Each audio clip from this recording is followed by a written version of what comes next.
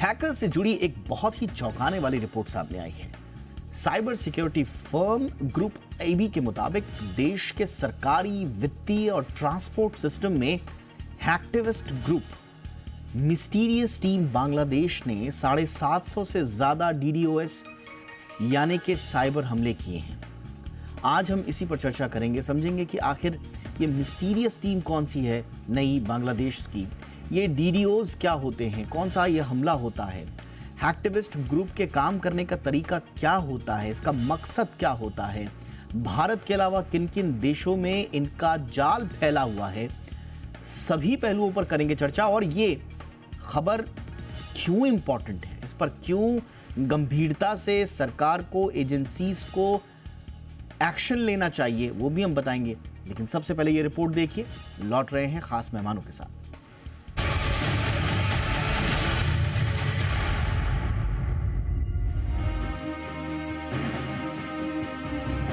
देश की सरकारी संस्थानों के वेबसाइट और सर्वरों को मिस्टीरियस टीम बांग्लादेश के नाम से जाने जाने वाले हैक्टिविस्ट निशाना बना रहे हैं। दरअसल ये खुलासा cyber security firm group IB ने किया है। ग्रुप आईबी ने अपनी रिपोर्ट में कहा है कि ढाका में बैठे ये हैक्टिविस्ट खासकर देश की प्रशासनिक, वित्तीय और ट्रांसपोर्ट सेक्टर को निशाना बनाने का काम कर रहे हैं। रिपोर्ट के मुताबिक मिस्टीरियस टीम बांग्लादेश ने पिछले 2 से 3 सालों के बीच देश में साइबर क्राइम से जुड़े 750 से अधिक डीडीओएस हमले किए और करीब 78 वेबसाइटों के संचालन को प्रभावित किया।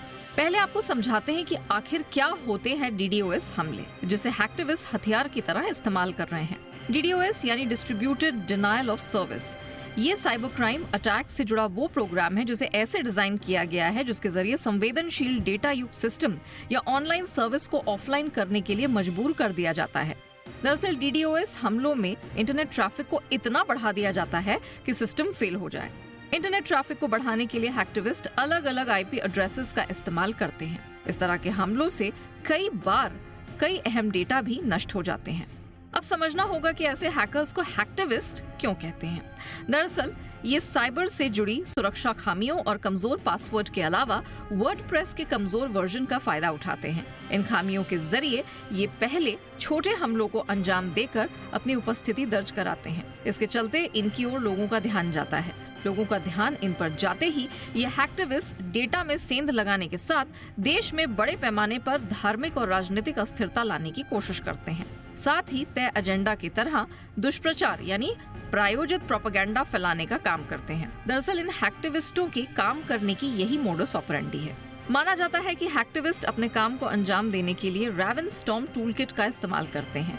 यह एक पाइथन आधारित टूल है जिसका उपयोग मल्टीलेयर डीडीओएस हमलों के लिए किया जा सकता है। यह हैक्टिविस्ट आपस में बात करने के बजाय फेसबुक, टेलीग्राम और ट्विटर के जरिए एक दूसरे के संपर्क में रहते हैं। भारत के साथ इजराइल में भी हैक्टिविस्ट एक्टिव बताए जा रहे हैं। ऐसे में इनसे बचना है तो देश के सरकारी संस्थानों को एक मजबूत साइबर सुरक्षा कवच के साथ इनका मुकाबला करना होगा।